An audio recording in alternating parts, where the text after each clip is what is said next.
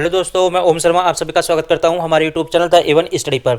तो पाकिस्तान इस समय पूरी तरह से कंगाल हो चुका है। उस पर कितना बड़ा कर्ज है आप भी अंदाजा नहीं लगा सकते। सारी अपडेट बताएंगे। और पाकिस्तान के अंदर लगभग 1.5 लाख नौकरियों में कटौती की गई है। 6 मंत्रालयों को बंद कर दिया गया है। और हमारे राजनाथ सिंह द्वारा पाकिस्तान पर एक कमेंट किया है, वो भी अपडेट बताएंगे। तो सबसे पहले ये हमारा टेलीग्राम, ये इसका स्कैन कोड, आप इसको स्कैन करके हमारे टेलीग्राम लिंक से जुड़ सकते हो। यदि यहाँ से स्कैन नहीं होता तो वीडियो के डिस्क्रिप्शन में सभी लिंक दिए होते हैं, चाहे टेलीग्राम हो, व्हाट्सएप हो, इंस्टाग्राम, आप हमसे कनेक्ट हो सकते हो। तो जैसा कि पता है, पाकिस्तान अब ऐसे मुहाने पर खड़ा है जहां पर उसकी लगाम उसके हाथ में ना होकर किसके हाथ में है? आईएमएफ के हाथ में है। मतलब अब पूरी तरह से पाकिस्तान कंगाली में डूब चुका है, कर्ज में डूब चुका है। आप सबसे पहले इस न्यूज को देखिए।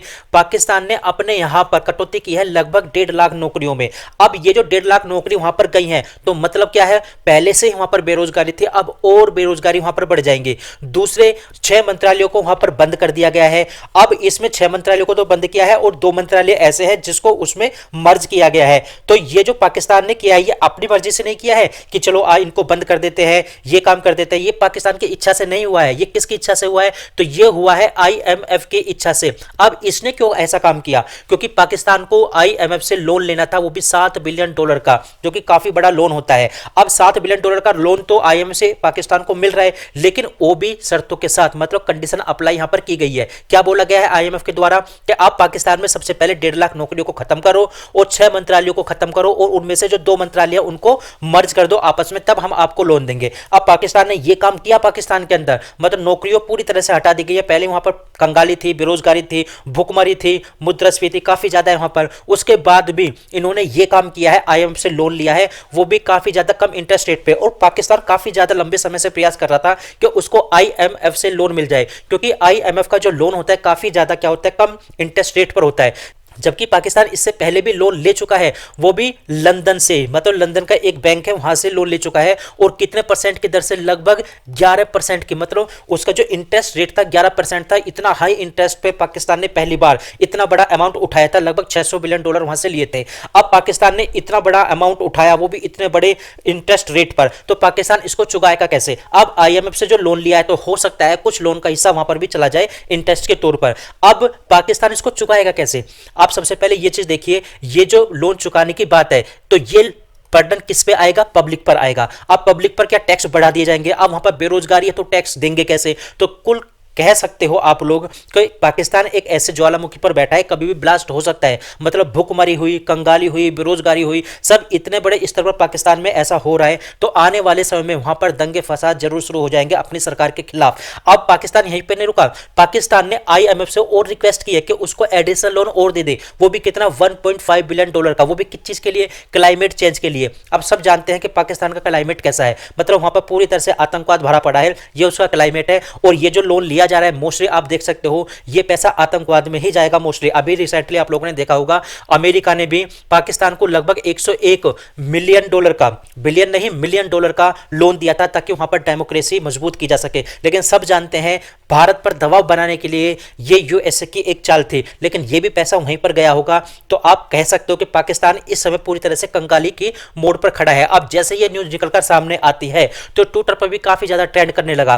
पाकिस्तान के लिए 6 मंत्रालय बंद किए गए, इतने लाख नौकरियां खत्म कर दी गई। मतलब पाकिस्तान आर्थिक संकट में अपने चरम पर पहुंच चुका है। और ये आईएमएफ के कहने पर किया गया है। पाकिस्तान ने पहले आईएमएफ से, वर्ल्ड बैंक से और एशियन जो डेवलपमेंट बैंक है उससे काफी ज्यादा रिक्वेस्ट की थी कि हमको लोन दे दो, लेकिन यहां से लोन नहीं मिला। हार कर आईएमएफ से लोन मिला, वो भी कंडीशन अप्लाई के साथ। मगर कोई भी उसे पैसा देने को तैयार नहीं था।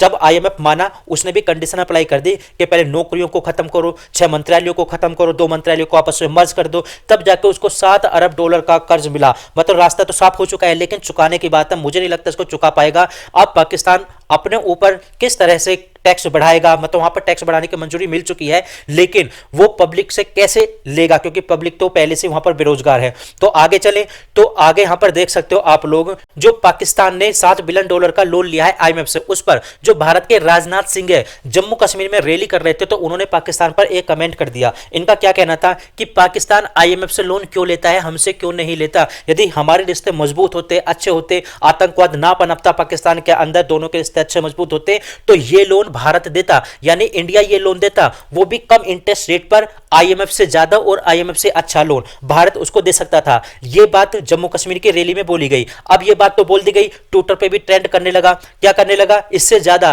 तो 90,000 करोड़ रुपए जम्मू कश्मीर में विकास पर लगा रही है वहां की यानी इंडियन गवर्नमेंट। आप लगा सकते हो जो ये राजनाथ सिंह द्वारा बोला गया है, जो राशि पाकिस्तान आईएमएफ से मदद के रूप में मांग रहा है, इससे ज्यादा तो 90,000 करोड़ रुपए जम्मू कश्मीर के विकास पर भारत खर्च कर रहा है, उसका पैकेज बढ़ा दिया है। आप सबसे पहले जो राजनाथ सिंह द्वारा बोला गया है, जो वायरल वीडियो, आप सबसे पहले उस वीडियो को सुनिए। इसका अंदाज आप इसी बात से लगा सकते हैं, कितनी रकम के लिए पूरा पाकिस्तान इंटरनेशनल मॉनेटरी फंड के सामने मिन्नतें कर रहा था, उससे कहीं ज्यादा रकम जम्मू कश्मीर के लिए हमारी गवर्नमेंट ने मुहैया कराई।